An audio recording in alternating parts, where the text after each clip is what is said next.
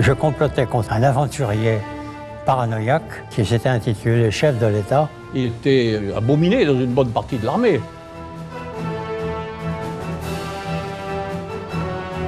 Être un des rares hommes à avoir le pouvoir de raser plusieurs fois Nagasaki ou Hiroshima, c'est très impressionnant.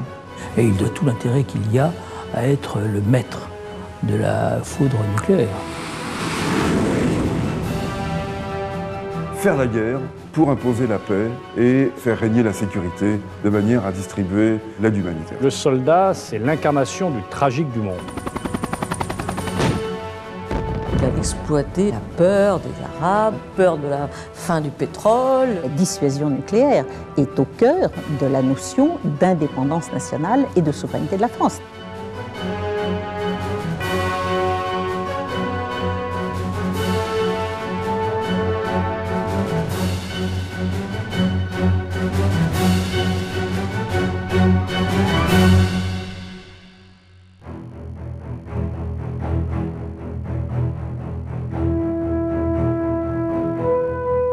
Les 30 premières années de la Ve République, depuis 1958, auront été celles d'un assujettissement de l'armée par le pouvoir présidentiel. La France aura connu entre 1958 et 1988 4 présidents. C'est peu, et tous auront, à leur façon, marqué de leurs empreintes la France et sa politique de défense. L'alternance de 1981 aura peu changé le cours de cette évolution. François Mitterrand, chaussant avec délice les souliers du général, pour assurer au président de la République un pouvoir militaire et politique sans autre équivalent dans les démocraties européennes.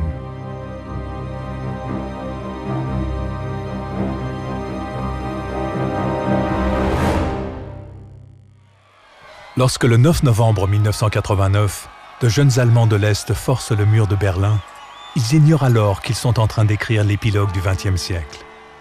Depuis 1917, le monde est partagé entre 2 blocs. Un affrontement accru au lendemain de la guerre qui conduira à la séparation de l'Allemagne, celle de l'Est aux mains des communistes et celle de l'Ouest arrimée au camp occidental. À l'automne 1989, c'est cela qui prend fin. Pour la France, cette victoire du peuple allemand sur son destin brisé bouscule sa place. Le général de Gaulle lui avait destiné un rôle, celui d'une puissance nucléaire qui s'imposait au monde, profitant du conflit entre Américains et Russes.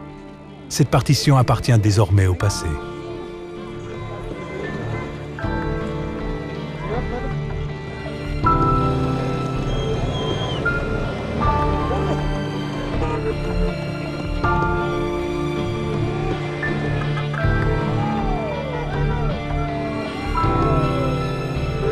À l'époque, j'étais lieutenant-colonel à l'état-major de l'armée de terre.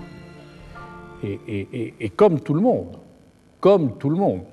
j'ai été surpris par la rapidité avec laquelle ces événements se sont déroulés, la manière dont s'est délité l'Empire soviétique, et notamment le fameux pacte de Varsovie.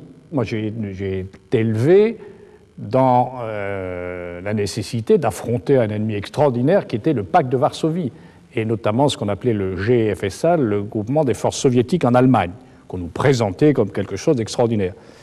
Et on s'est aperçu à cette occasion que tout ça était vermoulu de l'intérieur et s'est effondré en poussière sans qu'on s'en rende compte. Et qu'on avait à l'évidence surestimé au plan militaire notre adversaire. François Mitterrand, il a fait partie des gens qui ont pensé que le communisme était indéboulonnable, et que d'une certaine façon, ça assurait l'équilibre du monde. D'ailleurs, on a bien vu qu'il n'avait pas tout à fait tort. La guerre froide, oui, autorisée, et la dissuasion, et cette impression qu'aucune des 2 grandes superpuissances pouvait écraser le monde. Donc c'est là-dessus qu'il s'inscrit. Lorsqu'il voit que le mur tombe, oui, il est inquiet. Ce qui le préoccupait, c'était la stabilité du continent européen. Et pour cela, la relation franco-allemande était essentielle et il ne fallait pas laisser l'Allemagne s'émanciper au point qu'elle redevienne dangereuse. Alors je crois qu'il avait effectivement une vue qui était marquée par son histoire personnelle, c'était un homme de la guerre, et donc sa crainte, je dirais un peu viscérale, d'une Allemagne trop puissante, et donc d'un retour du nationalisme allemand, était évidente. Mais je pense qu'en même temps, il avait compris que les choses avaient changé, simplement, il fallait les accompagner. Quand on en arrive donc au fait qu'en effet, l'URSS lâche le morceau, ce que Gorbatchev a décidé très tôt, avec un immense courage, on entre dans un autre monde, qui est le fameux monde global, non pas le jour de l'ouverture du mur par le régime exsangue de la RDA, qui avait déjà laissé sortir les gens par les frontières, de toute façon, avant, mais le jour de la fin de l'URSS, décembre 91. À partir de 92, on est dans ce fameux monde global. Et c'est là où commence le malentendu. Les Occidentaux, quand ça y est, ils ont gagné, c'est la communauté internationale dirigée par eux.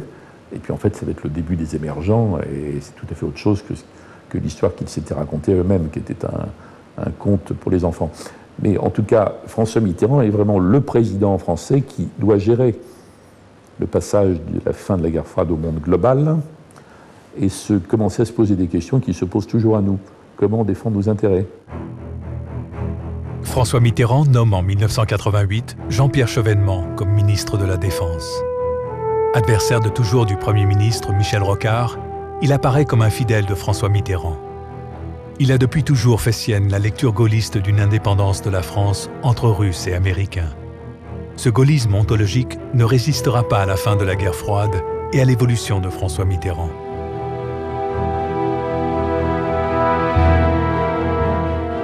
Là, je pense que je peux être utile au pays et j'accepte par conséquent cette fonction, naturellement sous l'autorité du président de la République. Parce que le président de la République, il est surpuissant dans le système. Le ministre de la Défense, c'est l'ordonnateur des œuvres. Je ne sais pas si ma nomination était un coup politique. François Mitterrand me l'a proposé avant même que le gouvernement soit constitué. Il m'a même demandé ce que je pensais du choix de son Premier ministre. Je lui donnais mon avis, mais j'étais déjà ministre de la Défense. Et effectivement, j'avais une certaine antériorité. Ces questions m'avaient toujours intéressé, pour une raison très simple, c'est que je ne pense pas que la France et l'Europe puissent avoir une certaine indépendance si elles ne sont pas capables d'assurer leur défense. Donc il y a une armée française qu'il faut organiser, rationaliser. C'est ce que je fais avec le plan Armée 2000. Puis il y a la dissuasion, dont j'orchestre la montée en puissance. L'armée française est, par rapport au schéma de la guerre froide, en bon état, en 1989-90. Par contre, elle n'est pas faite pour des expéditions lointaines, comme la guerre du Golfe. Ça, c'est pas du tout dans les schémas.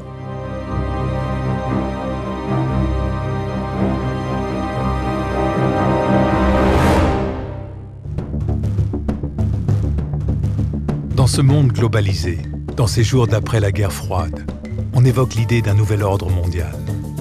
La suprématie américaine est totale. François Mitterrand sait qu'il n'a d'autre solution que de se rapprocher des États-Unis. Lorsqu'en juillet 1990, le dictateur irakien Saddam Hussein envahit le Koweït, l'ONU condamne et une immense coalition de tout le bloc occidental est alors mise sur pied. La France y participe au nom d'un nouvel ordre mondial. Il s'agit alors de faire respecter la résolution de l'ONU et de bouter l'armée irakienne du Koweït. Cet alignement français sur une stratégie d'inspiration américaine poussera le ministre de la Défense Jean-Pierre Chevènement à quitter le gouvernement. François Mitterrand change de ministre au moment où la France rentre en guerre.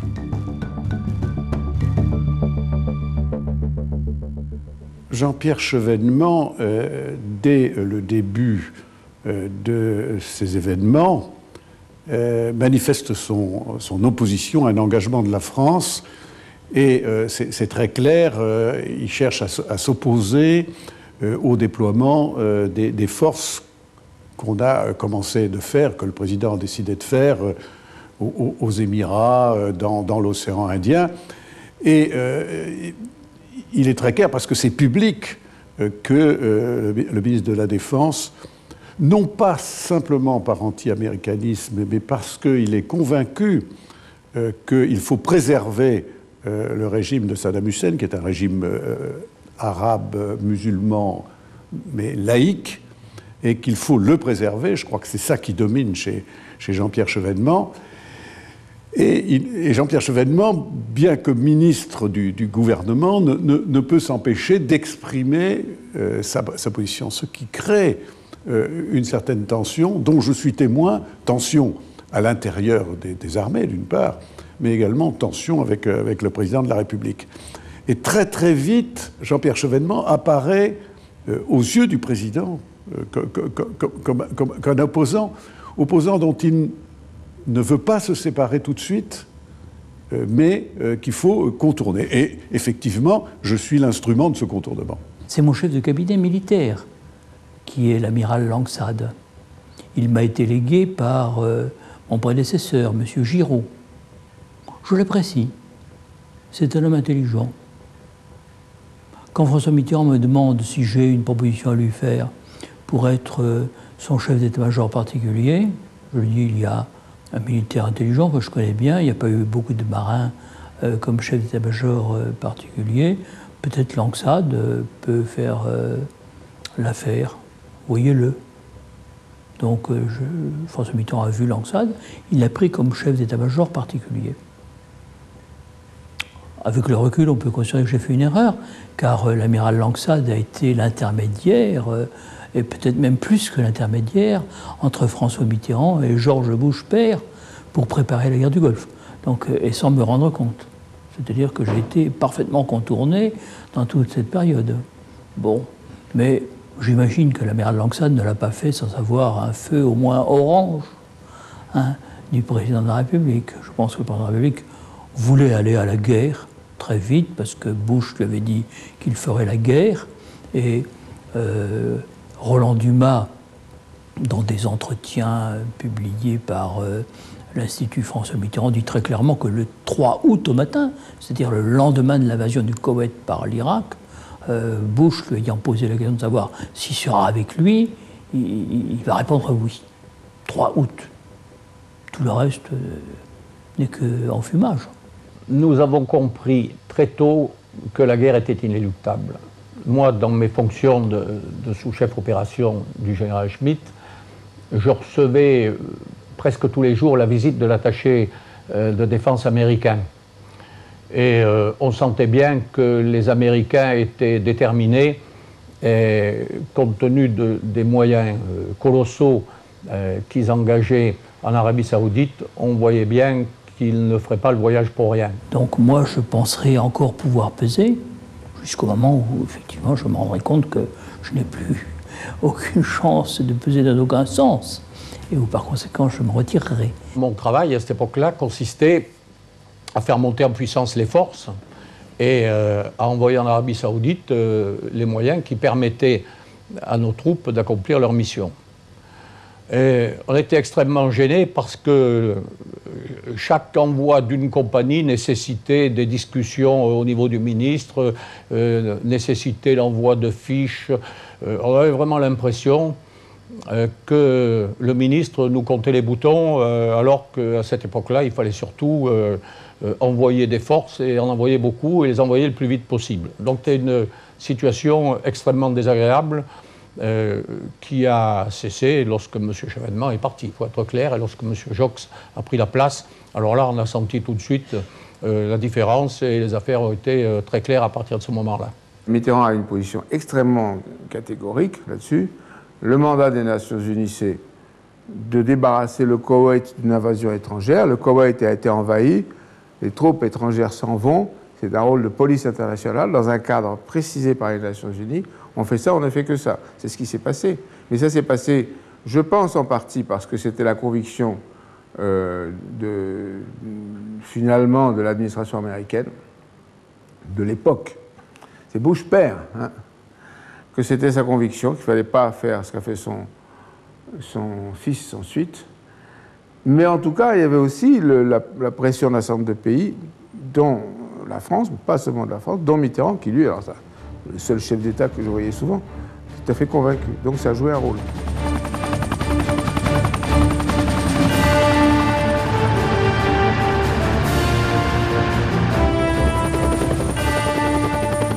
Jean Baudrillard, philosophe, a écrit « La guerre du Golfe n'a pas eu lieu ».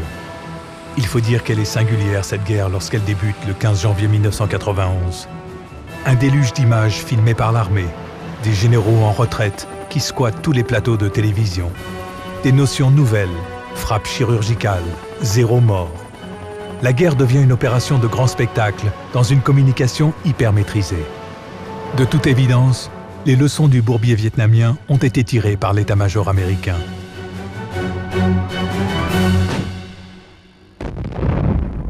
Des images d'un splendide spectacle pour faire oublier la guerre, le déluge de feu qui s'est abattu sur l'Irak. Cette guerre fera plus de 500 000 morts. On ne les a jamais vus. La guerre du Golfe a été la première guerre télégénique. Pour Mitterrand, c'est aussi la volonté de se refaire un peu une santé. Il avait une santé fragile avant le Golfe et au contraire, je me rappelle très bien ces périodes où il recevait les journalistes, vous savez, tous les 3 jours en les tenant au courant de ce qui se passait en Irak. On n'a jamais su si ce qu'il disait était vrai, était faux, peu importe. En tout cas, ça lui a permis de retrouver un dialogue avec les journalistes bien sûr, mais aussi le fil direct avec la population française. François Mitterrand a exploité un peu la peur des Arabes, la peur de la fermeture des raffineries, la peur de la fin du pétrole, la peur.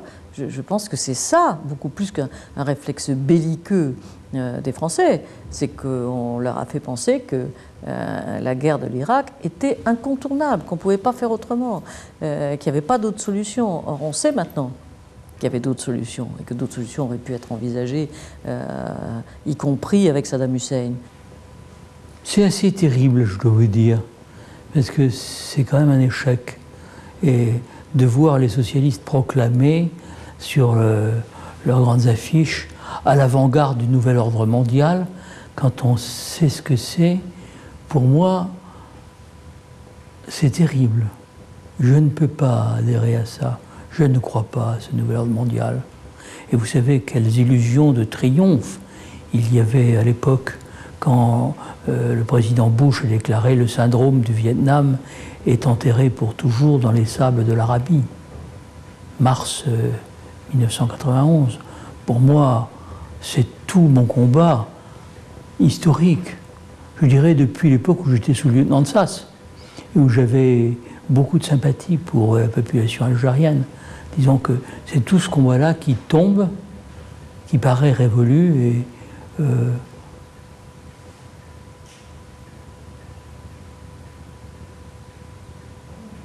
je suis amer, oui, je suis amer, mais en même temps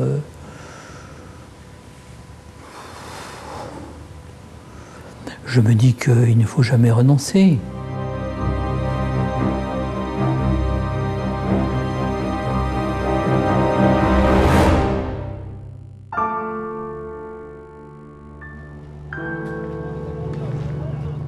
Au lendemain de la guerre du Golfe, un autre conflit va lier les militaires français aux Américains.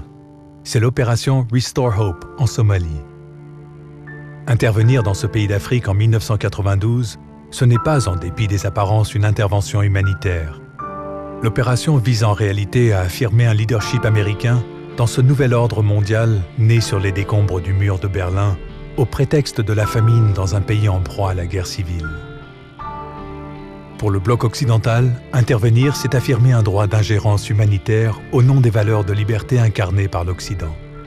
C'est en tout cas le credo de Bernard Kouchner qui parvient à convaincre François Mitterrand d'intervenir contre le ministre de la Défense Pierre Jox. Kouchner nous racontait ses salades, mais des salades qui ont convaincu Mitterrand, qui ont convaincu d'ailleurs une partie de la France. Souvenez-vous l'histoire des sacs de riz, tous les petits écoliers français à qui on a réussi à faire croire que le riz qu'ils apportaient à l'école allait arriver chez des petits-enfants somaliens, alors qu'il a été en partie gaspillé et perdu, et en partie chouravé par des bandits et des forbans là-bas. Donc c'était une opération horrible quand on y pense. L'intervention en Somalie a donné lieu à des discussions très, très serrées au sein du Conseil restreint. Certes, il y avait l'insistance de Bernard Kouchner, mais elle ne se manifestait pas dans cette enceinte, puisqu'il ne participait pas à ces conseils restreints. Mais nous savions, les uns et les autres, qu'il poussait pour une telle intervention. Mais en même temps, la communauté internationale intervenait, et les Américains eux-mêmes décidaient d'intervenir. Et le point de vue de François Mitterrand était que dès lors qu'il y avait intervention des États-Unis dans le cadre des Nations Unies, eh bien, il était nécessaire que nous y soyons. Vous me posez la question de savoir si Kouchner à l'américain était contenu dans Kouchner l'humanitaire. La réponse est évidemment oui, hein, pour la raison que je vous ai dite. Hein, seuls les forts peuvent s'ingérer dans l'affaire des faibles. Donc dès le départ, il était ce qu'il est. Il n'a pas trahi Kouchner. Hein, il est resté le même. Hein, sachons le reconnaître. Bernard Kouchner profite de sa popularité en offrant des images suscitant la compassion. La réalité est tout autre. Restore Hope est une opération pour installer un leadership américain sur ce continent, et pour la France, il s'agit bel et bien d'une opération militaire qui est à deux doigts de nous faire rentrer dans la guerre. Dans les années 80, l'armée française était assez souvent engagée dans des opérations de secours international. Personne n'y voyait matière à critique. Il y avait, moi-même, j'ai travaillé avec eux en Ouganda, par exemple, dès 1980, dans le cadre de la famine dans le nord-est du pays. J'étais transporté par des hélicoptères Puma de l'armée française, sans que personne n'y trouve quoi que ce soit à redire, ni les gouvernements, ni les mouvements politiques du lieu, ni, a fortiori, les organisations humanitaires. Car il s'agissait d'actions dans lesquelles les armes étaient à peine apparentes. On voyait bien qu'il s'agissait de militaires, tout ça était en kaki, mais c'était purement logistique. À partir de la famine en Somalie et de l'opération Restore Hope, un nouveau cadre est planté, et c'est celui de l'usage de la force pour créer des conditions favorables à la distribution de l'aide humanitaire. C'est-à-dire, si on le transcrit dans des termes un peu plus immédiats, un peu plus quotidiens, c'est faire la guerre pour imposer la paix et faire régner la sécurité de manière à distribuer l'aide humanitaire. C'est exactement ce qui s'est passé en Somalie, où d'opérations de sécurisation en coûts militaires, l'intervention internationale s'est enlisée dans une sorte de bourbier infernal, cédant aux provocations, répliquant à celles-ci par des actions de force, et c'est finalement les Rangers, les Delta Force, les forces spéciales, je ne sais quoi, qui sont devenus l'outil de l'aide d'urgence. Et là, évidemment, fabriquer des blessés et des cadavres pour ensuite laisser les ambulanciers aller relever les corps, ça avait quelque chose de totalement fou, de totalement dérisoire,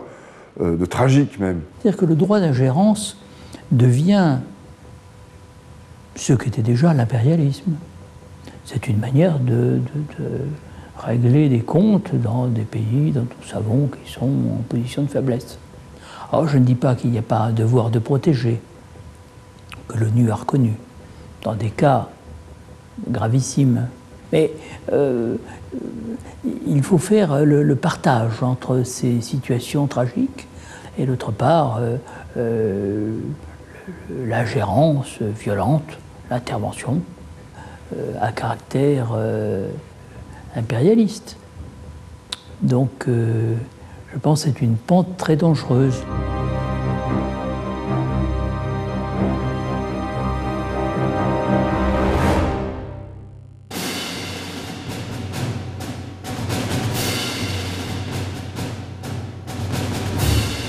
Ces années 90 sont celles d'une multiplication des interventions humanitaires. Bosnie, Rwanda, Somalie, guerre du Golfe. Le contingent français est omniprésent. On a souvent voulu considérer que ces interventions répétées étaient la conséquence de l'après-guerre froide, dans un monde à la recherche d'un nouvel ordre mondial.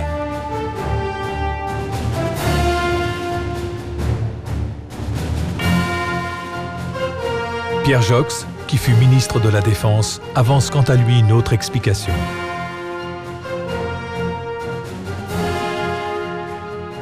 Mitterrand a décidé d'envoyer des troupes en Somalie, il a décidé d'intervenir en Yougoslavie, il a décidé d'intervenir, que des troupes françaises interviennent dans ces différents... Toujours pour ces trois raisons. Un, la France a un rang à tenir dans la politique internationale. Deux, la France a des amis. Et trois, les troupes françaises ne peuvent pas être absentes des conflits où tout le monde s'entraîne. Un pays qui a une puissance militaire, qui est une puissance militaire, qui a des forces armées entraînées, n'a pas intérêt à rester à côté des conflits. Comment est-ce qu'on entraîne une troupe? Et comment est-ce qu'on entraîne des officiers? Sinon en se battant. C'est quelque chose de très, très important. Alors, en général, on ne parle pas de ça, on dit en arrière. Si, bien sûr que si. Tout le monde le sait. Si nous sommes intervenus souvent, c'est parce qu'un pays comme la France, qui se veut une grande puissance, qui se veut un pays qui compte dans le monde et dont la voix est encore écoutée, et qui est membre du Conseil de sécurité des Nations Unies, ne peut pas se désintéresser de la paix mondiale. Je crois que c'est fondamental. Ce n'est pas une figure pour devoir d'école de guerre. Je crois qu'on n'est pas un membre du Conseil de sécurité sérieux et écouté si on ne dispose pas d'un outil militaire que l'on puisse instantanément mettre à la disposition du Conseil quand c'est nécessaire. Et c'est encore plus vrai quand les conflits se déroulent en Europe, comme ça a été le cas avec l'éclatement de l'ancienne fédération yougoslave.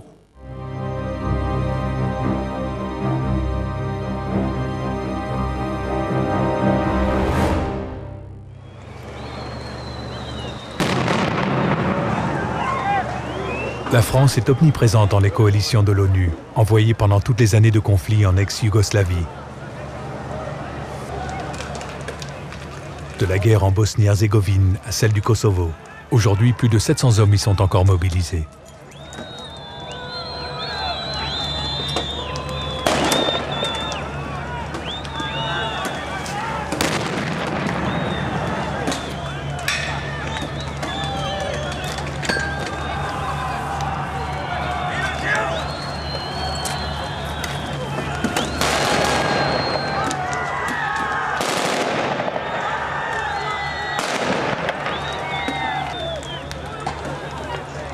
François Mitterrand décide brutalement, alors qu'il est à Lisbonne, de se rendre à Sarajevo pour tenter de calmer le jeu. Quand j'apprends cela, comme je connais la situation à Sarajevo, que le terrain d'aviation n'a plus d'équipement pour que des avions se posent de nuit et que tel que les événements se déroulent, si le président poursuit son vol vers Sarajevo, ça sera extrêmement dangereux pour lui. Donc, je réussis à convaincre, on appelle le pilote de l'avion, et je réussis à convaincre le président de se poser sur un terrain clair en Croatie, où nous avons envoyé immédiatement les hélicoptères du GLAM pour assurer un transfert plus sûr vers Sarajevo qui s'est fait le lendemain. Et c'est vrai que le président s'est posé en hélicoptère à Sarajevo dans des conditions extrêmement dangereuses, que des tirs ont d'ailleurs été essuyés par la délégation présidentielle, et que là le président a manifesté, je dirais, un courage personnel tout à fait remarquable. Et c'est là que nous avons décidé de mettre en place tout de suite 2 compagnies françaises sur le terrain de Sarajevo, puisqu'il avait ouvert la porte aux forces des Nations Unies. Eh bien, il fallait empêcher que cette porte ne se referme. Et ça a été le début de notre engagement à Sarajevo.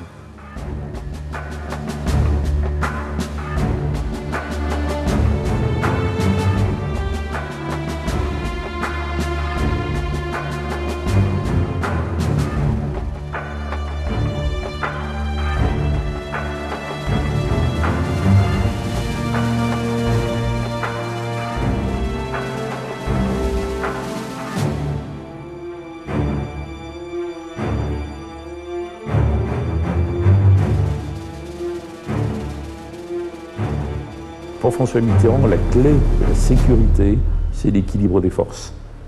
Bien sûr, c'est un homme qui, compte tenu de sa formation, de son passé, aimerait croire au droit international. Il voudrait croire aux Nations Unies. Il voudrait que ça marche encore mieux. En tant que président, chaque fois qu'il a pu agir pour renforcer les Nations Unies, il l'a fait tout le temps, tout le temps.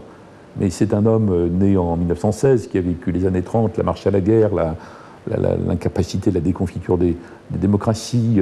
Il a vu la façon dont les dictatures pouvaient modifier les territoires, les frontières, etc. C'est pour ça qu'il a développé une détermination absolument claire à ne jamais accepter la modification des frontières par la force.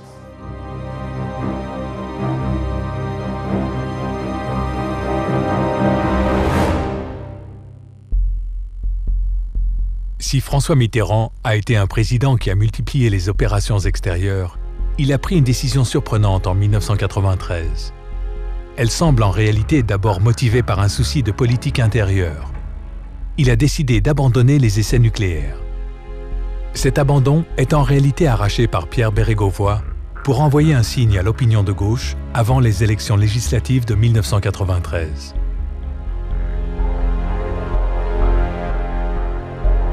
François Mitterrand, d'un côté, il est convaincu de l'importance de la dissuasion stratégique pour la France, mais en même temps, les essais nucléaires le gênent. Et donc, quand Pierre Bérégovoy, dans son discours de présentation à l'Assemblée, introduit le fait qu'on va suspendre les essais nucléaires, le président accepte, mais très rapidement, je crois qu'il se rend compte que ça n'est pas aussi satisfaisant qu'il l'avait cru initialement. Autrement dit, je crois qu'il est convaincu sur le moment par Pierre Bérégovoy, mais que très vite, mais dans les heures qui ont suivi, il se rend compte que c'est probablement, dans la forme au moins, une erreur. La défense, c'est plus où elle va à partir de ce moment-là. On encaisse les dividendes de la paix, et puis on va à pas menus vers la professionnalisation, l'abandon du service national, l'interruption des essais nucléaires. Qu'est-ce qui reste de la défense de la France? Qu'est-ce que c'est que la défense de la France? L'Europe, la paix, etc. Les Européens ne veulent pas se défendre. Hein? Ils s'en sont remis aux Américains. Pendant la seconde cohabitation entre François Mitterrand et Édouard Balladur, après la défaite de la gauche en 1993, le Premier ministre essaie de convaincre le président Mitterrand de reprendre les essais nucléaires. Il essuie un refus, et ce refus n'est peut-être pas celui d'un adversaire des essais, mais sans doute davantage celui d'un homme qui n'entend pas se déjuger. Moi, j'indique à ce moment-là à Édouard Balladur que mon appréciation personnelle est que le président Mitterrand a pris cette décision de suspension, qu'il n'est pas convaincu du bien fondé, qu'il a cherché à s'en convaincre, mais qu'il a échoué, et que le moment est peut-être venu de reposer la question. D'où l'idée d'un comité d'experts qui répondait d'ailleurs à une affirmation du président de la République qui disait « j'ai des experts qui me disent que ». Et Balladur a répondu mais moi j'ai des experts qui me disent le contraire. Donc réunissons nos experts. Et à ce moment-là, le choix est fait par ces deux hommes de me nommer président du comité des experts, ce qui est quand même surprenant de la part de François Mitterrand, puisqu'il sait très bien que je suis en faveur de la reprise des essais. Et donc, je comprends à ce moment-là ce que je subodorais déjà, mais ça devient pour moi très clair, qu'en réalité, il ne s'opposera pas finalement à ce qu'on reprenne les essais. Et effectivement, Édouard Balladur donne des instructions pour que très discrètement, on prépare une nouvelle séance courte d'essais, de quelques essais, qui devait intervenir dès son élection. C'est finalement Jacques Chirac qui prendra la décision de faire ces essais, mais il faut reconnaître que tout ceci n'a pu être fait par Jacques Chirac que parce que Balladur et les équipes qui étaient autour de lui ont préparé cette nouvelle campagne. Je me souviens, entre 1993 et 1995, j'étais ministre de la Jeunesse et des Sports, et dans les derniers mois de ce ministère, je me suis rendue en Australie, au moment où on parlait des essais nucléaires, et j'étais également porteuse d'un message qui était celui de dire « Oui, nous reprendrons des essais nucléaires pendant un temps limité, parce que c'est une nécessité ». Ce n'était pas forcément, d'ailleurs, toujours un message très très facile à faire passer dans cette partie du monde.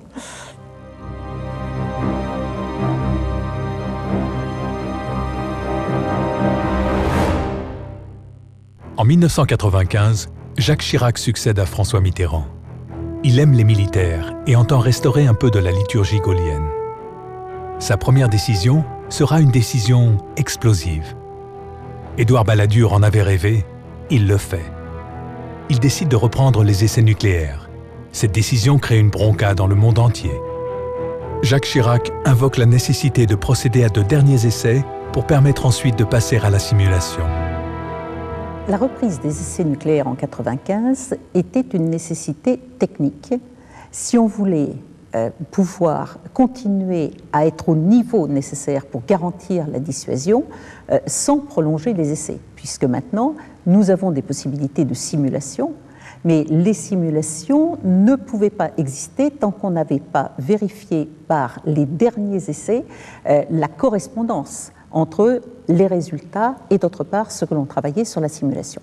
Donc c'était une nécessité technique qui était en même temps une nécessité politique, parce qu'avoir une arme nucléaire que vous n'êtes pas susceptible de mettre à jour, si je puis dire, en la maintenant grâce notamment aux simulations, à l'état d'entretien, à l'état également de technologie nécessaire, c'est la même chose que de ne pas avoir de dissuasion nucléaire.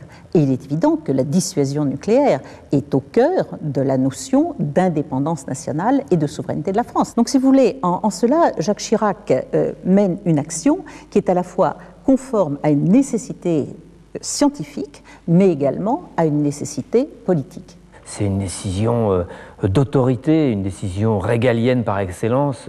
Il rétablit l'autorité gaullienne après une grande période de gauche au pouvoir, et c'était nécessaire pour la droite qui avait été traumatisée. L'électorat de droite avait été traumatisé. Il faut se souvenir qu'en 1981, ça avait été un choc pour toute une partie de l'électorat. Et donc, cette décision très césarienne comme ça a imprimé une marque tout de suite. Et puis, il a fait la une de tous les journaux du monde entier. Alors, même si c'était souvent critique, ça a mis Jacques Chirac tout de suite de plein pied dans la position du président français. Il faut dire que François Mitterrand avait une stature internationale qu'il avait acquise au long de ses deux mandats, et il s'est mis sur un pied d'égalité avec cette mesure.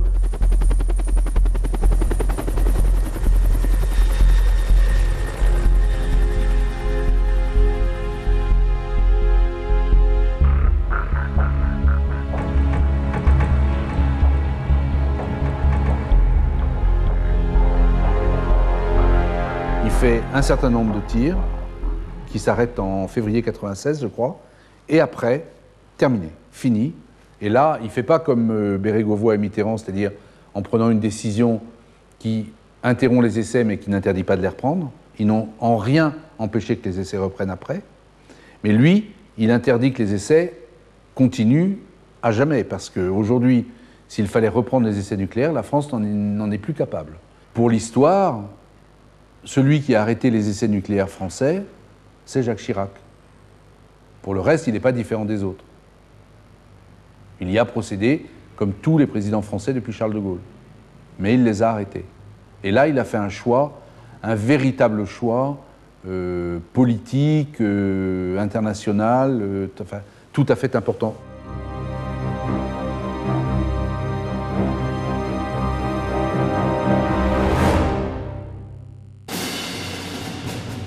L'autre grande réforme de Jacques Chirac est l'abandon de la conscription. Cette décision constitue en réalité le prolongement logique d'un service militaire qui concernait de moins en moins de jeunes. De plus, une grande partie de l'armée, et ce depuis la guerre du Golfe, étaient favorables à une armée de métier.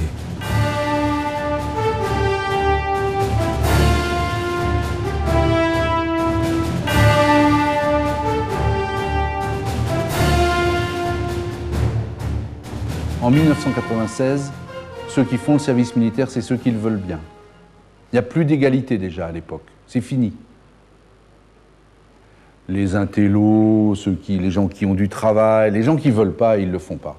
Supprimer la conscription, ça revient à entériner un état de fait. C'est-à-dire qu'il y a, je ne sais pas, en proportion, peut-être 20% des jeunes Français qui font le service national. Même pas. Ça n'a plus beaucoup d'intérêt puisqu'on sait aussi depuis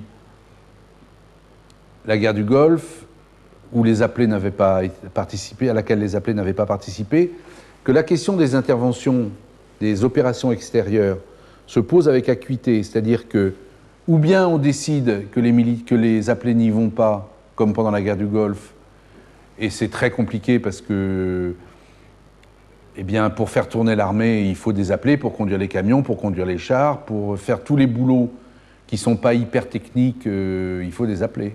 Bon, quand on ne les a pas, c'est très compliqué. La première guerre du Golfe a servi de révélateur. On s'est aperçu que, compte tenu des contraintes d'emploi des conscrits, il n'est pas question de les envoyer dans une guerre extérieure comme celle-ci, eh bien, nous nous retrouvions de ce fait dans une situation extrêmement difficile. Et c'est là où nous nous sommes aperçus que nous avions une armée extrêmement nombreuse, mais qui finalement n'était pas en mesure de remplir le contrat opérationnel s'il s'agissait de se projeter à l'étranger et pendant une certaine durée.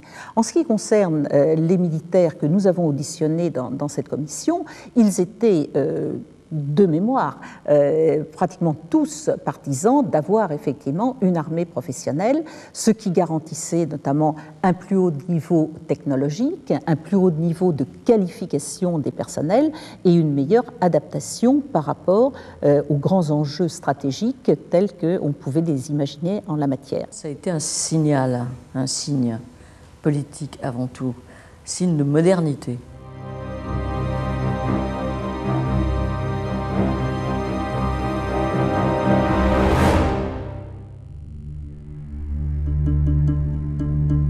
Le 11 septembre 2001, le groupe Al-Qaïda frappe les États-Unis. La chute des tours jumelles à New York constitue un symbole fort, pour beaucoup comparable à l'incendie de Rome, comme si cela était annonciateur d'un lent déclin américain. Les États-Unis décident alors de riposter par l'envoi d'hommes en Afghanistan pour détruire les bases arrières d'Al-Qaïda. Jacques Chirac, comme l'aurait sans doute fait François Mitterrand, décide aussi d'y envoyer des troupes. C'est une mission dangereuse pour la nouvelle armée de métier. La mission des forces était très claire. C'était une mission de protection des populations contre les talibans. Parce que c'est vrai, et j'en ai vu les traces, la première fois où je suis arrivée dans Kaboul, j'ai vu des lieux où on accueillait des femmes qui étaient veuves, avec des enfants, qui n'avaient rien à manger, c'était vraiment une situation, je dirais, d'après-guerre, mais une guerre très violente. Tout le travail était effectivement ce travail de faire disparaître la menace talibane qui existait quand même, et d'ailleurs qui a continué d'exister, puisque tous les 6 mois, quand j'y allais, plus dans le sud au départ qu'à Kaboul, mais il y avait des mines qui étaient posées, c'est ce que l'on redoutait le plus, et un certain nombre d'attaques. Donc je crois qu'on est très loin, c'est vrai, et c'est peut-être pour ça qu'on en parle moins. En même temps, nous sommes dans le fief d'Al-Qaïda. Et c'est pour ça que c'était aussi une lutte qui était très déclarée et très ouverte, parce que le problème était que l'Afghanistan ne demeure pas à la fois le repli, mais également le lieu d'entraînement pour Al-Qaïda. Nous sommes en Afghanistan, au plan militaire, au plan de la sécurité, et pas pour autre chose, pour faire en sorte que l'on parvienne à un état de stabilité suffisant pour que les Afghans puissent régler eux-mêmes des problèmes qui dépendent assez largement d'eux. Et le moyen d'y parvenir, c'est d'entraîner et de mettre sur pied des forces de sécurité propres à le faire. C'est comme ça que les choses sont parties.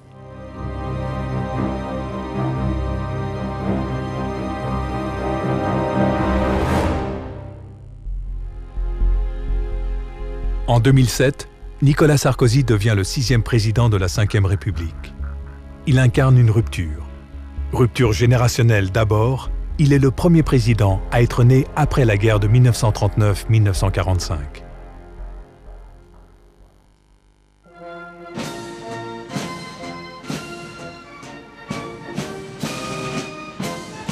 Il est aussi le premier à n'avoir jamais connu la guerre. Tout cela façonne une relation contrastée avec l'institution militaire. Il poursuit malgré tout la politique de ses prédécesseurs. Les débuts de son mandat sont endeuillés à l'été 2008 par la mort de soldats français en Afghanistan. Il se rend à Kaboul et justifie courageusement l'envoi de militaires sur le sol afghan.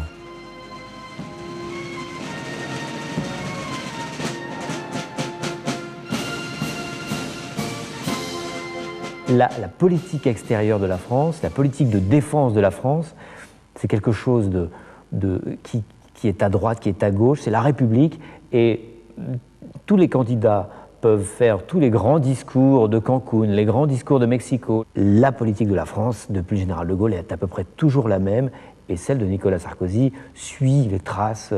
Voilà, c'est quelque chose de très lourd, c'est lesté par l'histoire, et il n'y a aucune rupture, on est dans les rails normaux.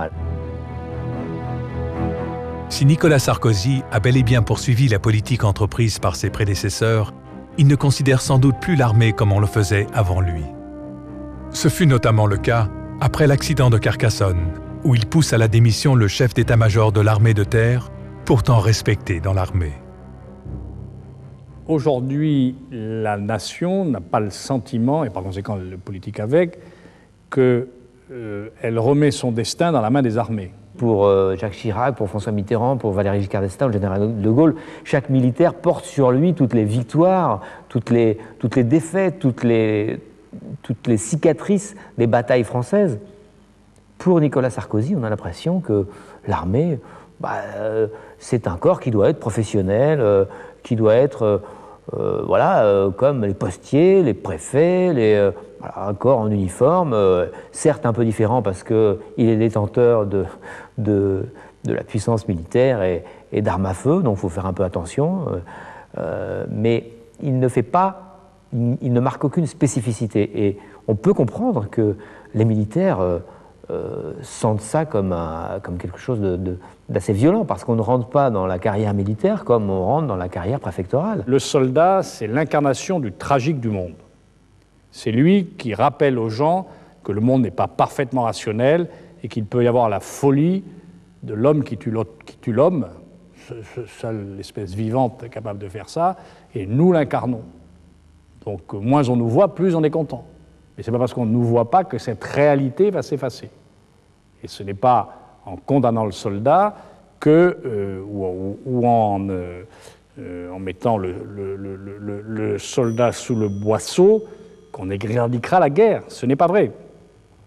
Et c'est vrai que dans nos sociétés, les vertus que doit cultiver le soldat, le sens du sacrifice, le goût du risque, le dépassement de soi, l'effort gratuit, sont de plus en plus aux antipodes que l'on développe dans le reste de la société.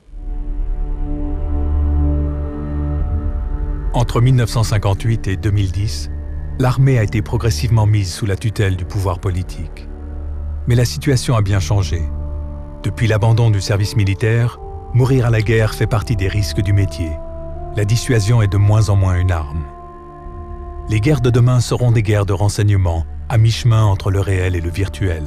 Des guerres de plus en plus politiques, comme si l'histoire consacrait définitivement la toute-puissance du politique sur le militaire.